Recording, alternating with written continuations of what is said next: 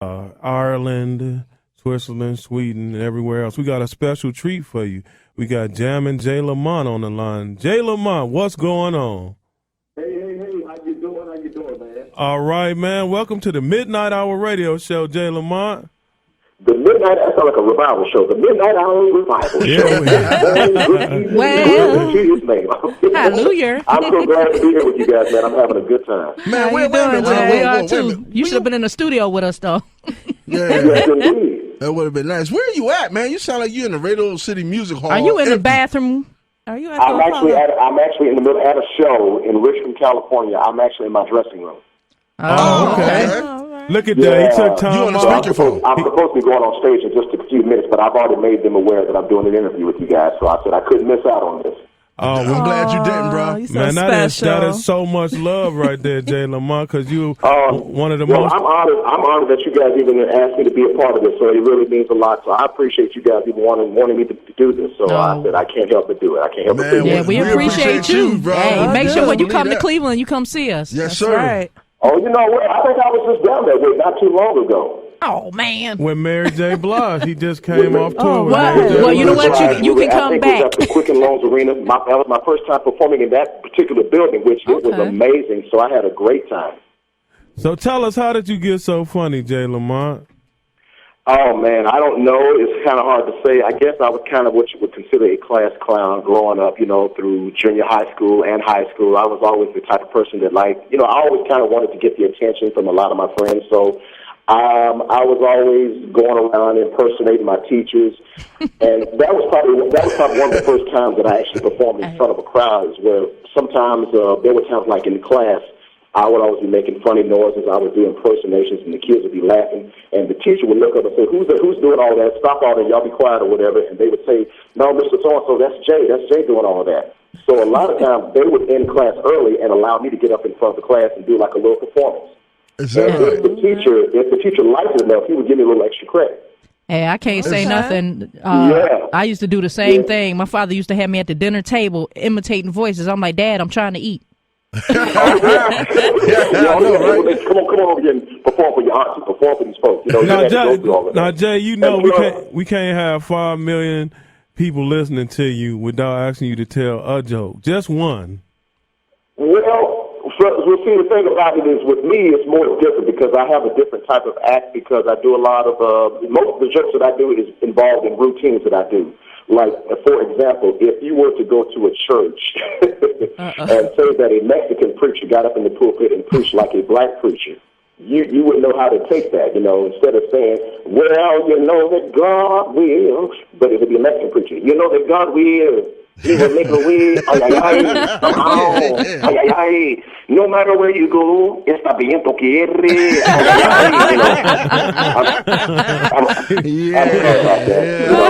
That's my dude. That's my dude right there. And plus, I grew up, I have a musical background because I grew up listening to a lot of music, and I also sang in a couple of bands as well. So what a lot of people don't know is that when I started out, I started out singing in bands. I was doing the band thing, and at the time we was recording demos, trying to get a record deal and stuff like that. So, but at the time when things weren't really working too well with the bands I was with, I decided to just take a chance at comedy and do that as a side job. That was really a side job at that time, and then it decided to be basically became a full-time job when I started getting more calls for my comedy gigs. Right. Now, one of the things you're known for, Jay, is impersonations. And right. Jay, this is Jammin J. Lamont on the Midnight Hour Radio Show. He just toured. How many cities y'all toured that Mary J. Blige tour? About 11 or 12 days I did with her. Yeah, so he was sold out everywhere that I heard about. So who would you say you impersonate the best, Jay? Man, that's honestly, it's a cross between certain, because there are singers that I imitate, and there's also certain politicians that I imitate. Now, I know I've gotten a lot of comments from people who say that I do a great President Barack Obama, and I also do Prince, Michael Jackson. I can do a little Roger and Zapp Troutman for all the Roger and Zapp fans. The Isley Brothers. If you went to an Isley Brothers concert, you'll probably hear Ronald say, "Oh yeah." If you had President Obama on the phone right now, What a great day. This was great to be talking to you all on the Midnight Hour show. And I want to take this time to say hello to Cleveland.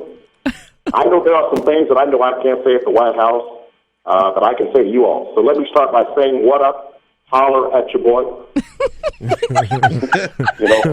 My word is your mouth. What up, though? What up, player from the Himalaya? That kind of thing. Right.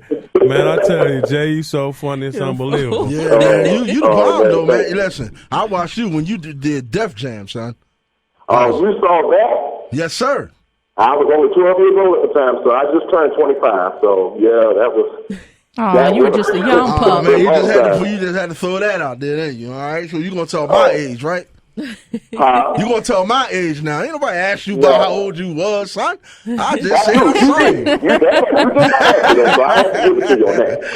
sorry. Tell him calm his old butt down. No, come on. But I have to say, but that was a great time at that, that period, because I never would have thought that I'd be on a show like Def Comedy Jam or Showtime at the Apollo. I remember at the time they gave me when I got the phone call, hey, we'd like to book you on Def Comedy Jam. I'm like, what? We'd like to book you on Showtime at the Apollo. I'm like, what? So it was amazing just to be there. It's like sometimes I think that at that time I had to pinch myself to say, man, am I really standing here? I know that's right. Great at that time. I know that's right. You know what? It's kind of weird a lot of times, because when you got a talent, and even though you may know, like deep down in the crevice somewhere, you know you got talent, but you don't see it because it's you. Well, everybody else sees it. Exactly. You know what I mean? Yeah. So that's what's shocking, because it's like, they really want me? You sure? Right. Because I didn't know at the time how they would take to the type of act that I did. I said, you think they'll like what I do? I remember asking certain people, you think this crowd will like what I do? I said, oh man, they're gonna love you. They're gonna love you. You the man, Right. And it turned out to be great. I remember when I did Apollo, I was scared stiff. I mean, I was sweating. And then when I went out there and did what I did, standing ovation. It was unbelievable. Standing ovation on Def Jam. That's right. Yeah, you did. I told you. I watched it.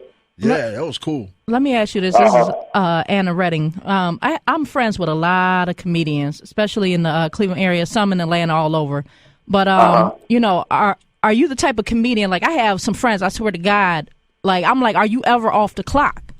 Because we can go somewhere and these dudes are going to have you just dying laughing. It's like they're never off the clock. Are you one of those type of comedians, or are you more serious once, you're done performing? No, you know what? A lot of times I'm like that, and even other comedian friends that I hang out with, it's like, what's good? I'm gonna tell you, the greatest thing is when you're hanging out with your comedian friends and we make each other laugh. It's like it's so much fun because it's like you can learn so much and just be like, man, you are so crazy, you are so ecstatic, and that's how we keep each other going. I mean, sometimes we have our ups and downs, and when we get into our little depressing days, I mean, it's always good to be around one of my friends, my colleagues, and they can make me laugh. And it's just amazing. It's like you laugh more at them than you would laughing at them on stage. Right. Yeah. So that's a great enjoyment. Well, and I like I guess, I'm kind of hanging around comedians by default, just like with musicians and different people. But it's like I always tell people that comedy is stress relief. It's medicine, for your soul. You laugh. You find out when you laugh that a lot of things aren't as bad as you're making them seem. So I love to hang with comedians because, either I'm making them laugh, they're making me laugh, and I'm not a comedian. I'm just, I just find situations and just trip out on them, I always tell people you have to laugh. I mean, especially with the things that's going on in today's times, you have to laugh. I mean, sometimes, like I remember one time I got pulled over by the police. I laughed. He wrote me the ticket. I laughed, because I knew it was hilarious. It was funny, and he looked at me crazy. He said, something wrong? I said, yes, something is wrong, but I'm just laughing. I mean, you have to, someone said one time, you have to laugh at life, because the moment you stop laughing at life is going to laugh at you. Yeah, that's right. I agree with that's a good saying, Jay. Think about that. Yeah, think about that. Yeah, you got to laugh. Yeah, like Anna said, it is good medicine, because you won't get gout. Well, we got about 3 minutes here, Jay. We got about 3 minutes left here. How can people get in touch with Jammin J. Lamont if they want to book him for a comedy event? Well, first of all, you can go to I have a website. You can go to it's jamminjlamont.net. Of course, you got to spell it out, Jammin with the Jay, Lamont. So, and I'm on Facebook and Twitter. Follow me on there, and I've got my dates, concert tours. I got some footage of stuff that I'm doing, as well as my, I have some footage with some of the bands that I sing with now, because I have a band that I sing with out here on the West Coast where I'm at. And so I'm just doing a lot of things, man. And also next year, sometime around probably the middle of 2014, I'm going to be in the studio working on some tracks with one of the bands that I work with and probably do a musical project as well. Right. I want to give a shout out to Eugene Munns at Primetime Entertainment. Yes, indeed. My manager. Yeah, Eugene do an amazing job with a lot of people. Yes, he's a good guy. He's been doing a lot, and I appreciate everything he's done for me, so I got to thank him. That's what's up. So what you want to say to your fans, Jay? I mean, you got a lot of them. What you want to say to your fans? I want to thank everybody. I want to say to the fans out there that I wouldn't be where I am today without you all, especially those who stood by me through thick and thin. I never thought, it's like I never thought I'd be doing this as a career, and I've been in the game for almost 23 years. So It's just a blessing, and I thank God every day. Earlier this year I lost my mom, the greatest person in my life. Sorry to hear that. Sorry to hear that. And I thank you so much. And I feel like in her memory, I've got to keep going because at the time, I don't even think I told my manager this, but I really wanted to give up the business. I just couldn't. It was hard for me at the time, but I said no, I got to keep going, and I know she would want me to keep going because she was my biggest cheerleader. But I want to thank everybody out there. I mean, all the love that I've been getting on my website as well as Twitter and Facebook. Thank you, everybody, and I hope to be back in Cleveland soon. It's Cleveland, Baba, in the words of Bootsy. Baba, dabba, dabba, dabba, baby, baby. So you're not a young pup in the game no more, huh? Oh, not at all. No, man. So, I love it. So you used to throw erasers at the teachers instead of them doing No, it to you. nothing like that. I would never do that. How many paddles did you get? Huh? How many paddles did you get? Well, no, we don't want to talk about that. We definitely want to. Is the mic on? Let's go to a break. Yeah, right. I know that's right. I got to ask you this because me and Prince have the same birthday, which is June 7th. Do a little Prince for me. You want some Prince? Yeah. I can tell that you know. Hey, I got one question. The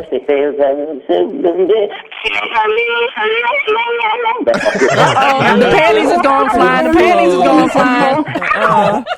But because I got one question about Prince, I always ask. Can he fight? I want to hear him fight. Because I always thought he was a good question. Yeah, because I always thought he did the windmill and go, That's what I thought. Sometimes you wonder, what is he really like just when he's alone? When he's not doing anything, when he's not doing nothing musically, what does he really do? Yeah, right. We really want to know. Well, you know what? I can say this about Prince. I can be there in Minneapolis. That was a great feeling. Right. I was trying to find him. Is he around him anywhere? Where is he? Right. That's right. I can tell y'all one thing I do know about Prince is he's a very humanitarian individual. That's good. Yeah, once upon a time when I was really down, feeling like it was the end of the world, he sent me a message, and it enriched my life. So he can't fight. Well, is that what you said? I don't know if he can fight. He said, "I'm a lover, not a fighter." See, Jay, my life was Prince. The first time I saw him was like 10 years ago, man, and he did a 2-hour show. Everybody in that crowd, nobody sat down for that 2 hours. I mean, he was amazing. No, he is one of the best performers, man, ever, man. Ever. Yeah. Oh, man. Ever. I was on cloud now when I saw him. I said, this is what you call a concert. That's what I told one of the guys next to me. I said, this is what you call a concert. I mean, the only concert I saw was Purple Rain. That was in the movie theater. Sure, you got to perform. I didn't get to see that at the time. I think I was in college at the time that was out. But my first time seeing him in my life was 10 years ago, and I can tell you, I was like a little kid in the candy store when I saw the show. It was amazing. Right. Well, Jay, the last question I want to ask you before we let you go, you got to get back on stage. Jammin Jay Lamont on the Midnight Hour radio show. What was it like to be with the Queen of Hip Hop? Because she corrected herself. People been calling her the Queen of Soul. So Mary J. Blige, the Queen of Hip Hop. Oh, man. Let me tell you something. Mary J. Blige is phenomenal. If you've never seen her live, I mean, I was blown away the first night. I think the first or second night we was on the tour, and I actually, sat there and watched her. I was able to backstage watching the show. She puts on a dynamite show. It's amazing. I've always been a fan of hers. And plus, I meant to tell you guys, I used to do radio. I was a DJ. I worked in radio for about 7 years right out of college, and I can remember when I first met her, she came to one of the radio stations that I worked at, and so we talked for a minute. And I can remember times playing her music on my radio show. So it's like I sat there and just started reflecting on that. And here I am working on tour with her and watching her. And she's bona fide, just number one. She's good. I mean, you got to go check her out. The next time she comes back through, you got to check her out. I know that's right. Well, next time you come to Cleveland, you got to come check us out. Yeah, really. I hope I'm invited to come in if I can come here with you guys. Man, that would be beautiful, man. That would Man, be it was lovely. a blessing you out in Richmond, California. My cousin used to have Ray Charles' old house out there in Richmond, California. Come on, you didn't say Ray Charles. Yeah, Ray Charles used to live out in Richmond. One of these days, just call and look for me. You sound like Jamie Foxx, man. Right, man. You all right with me, Jay, man. You one of the funniest guys man, I know. He is, man. We going to let you get back to your concert tour there man. on Oh, thank you, man. you know what I'm saying? Jay Lamont tonight on the Midnight Hour Jay. radio show. Right on, Jay. Definitely. Go get him, man. Go get him. The Midnight Hour Radio Show. Listen each night. Go get him, killer. Thank you so much, man. Appreciate you guys. Thanks, man. Thanks for Thanks, coming, Jay. Jay. Thanks. All right, man. Bye. Later on. We'll Bye-bye. be right back on the Midnight Hour radio show after this break.